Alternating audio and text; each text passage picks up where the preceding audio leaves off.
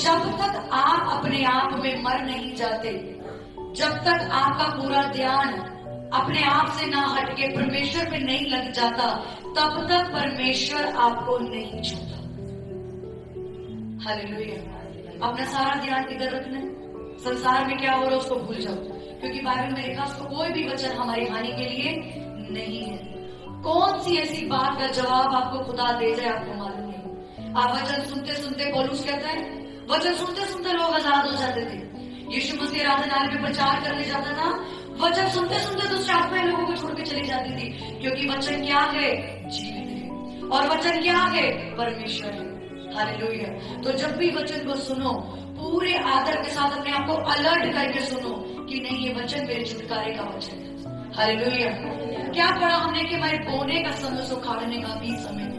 आज आपके मन में एक सवाल हो सकता है, भाई मैं इतनी प्रेयर करती हूँ, मैं इतना बोलती हूँ, मैं इतनी उपवास करती हूँ, मैं चर्च भी जाता हूँ, मैं जिंदगी में सब कुछ बोल रहा हूँ, पर मेरी जिंदगी में एक टाइम नहीं आ रहा वो कटने का, वो समय नहीं आ रहा। क्यों? क्योंकि परमेश्वर ने कहा हर एक चीज का क्या है? एक समय है। ये आज मेरा समय हो सकता है कि आज तो अपनी प्रेयर को बोए, चंगे हो या ना हो, ये आपका समय है कि आज आप प्रेयर बो रहे हो, उपवास रख रहे हो, शरीर कैसा भी है, घर का उद्धार नहीं, कुछ भी है, पर आप अपने समय को क्या हो? बो रहे हो। हालेलुया। ये आपका समय क्या है? आपका समय है बोने का।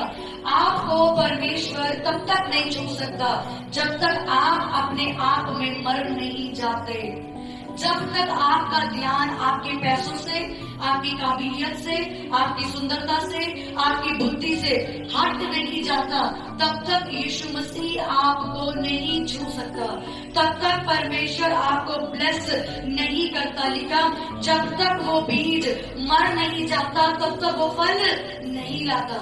अगर आज आपका ध्यान आपके शरीर की ओर है और आप परमेश्वर से अपने शरीर की हीलिंग को मांग रहे हो, कभी यीशु मसीह आपको नहीं छू सकता।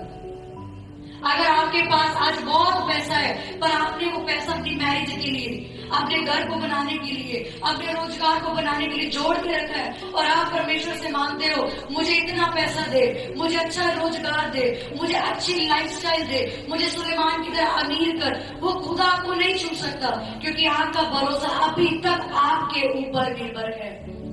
हालेलुया। अब्राहम का भरोसा जब तक परमेश्वर के ऊपर नहीं आया, तब तक उसको इसहाक नहीं दिया गया। हालेलुया। अब्राहम को 75 साल की उम्र के अंदर परमेश्वर दर्शन देते हैं, मेरे उपस्थिति में चल और सिद्ध होता जा, मैं तुझे एक बेटी दूंगा, मैं तुझे एक बच्चा दूंगा जिसका तू मूल पिता बनेगा। हालेलुया। लेकिन 10 साल होने के बावजूद उसकी पत्नी कहती है तू 85 साल का हो गया है, तेरे परमेश्वर ने तुझे अब तक बच्चा नहीं दिया।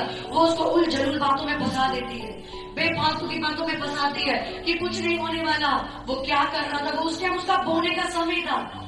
ध्यान से सुनो, अब्राहम का उस टाइम एक समय का विश्वास करके चलने का।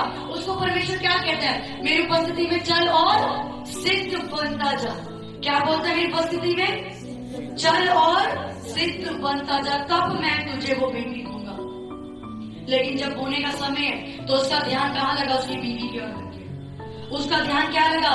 संसार की बेफजूल की बातों में लग गया। अब तू बच्चा पैदा नहीं कर सकता।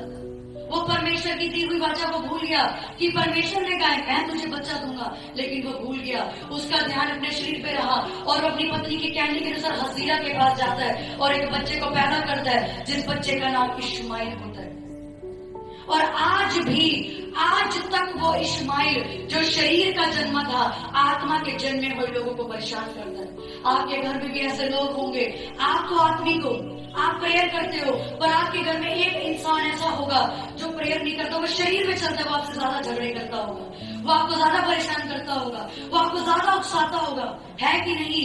ये शुरू से चलता आ रहा है कि शरीर का जन्म आत्मा के जन्मे को परेशान करता है। ये उसकी गलती की सजा थी कि अब्राहम ने अपने बोने के समय को तुच्छ जाना।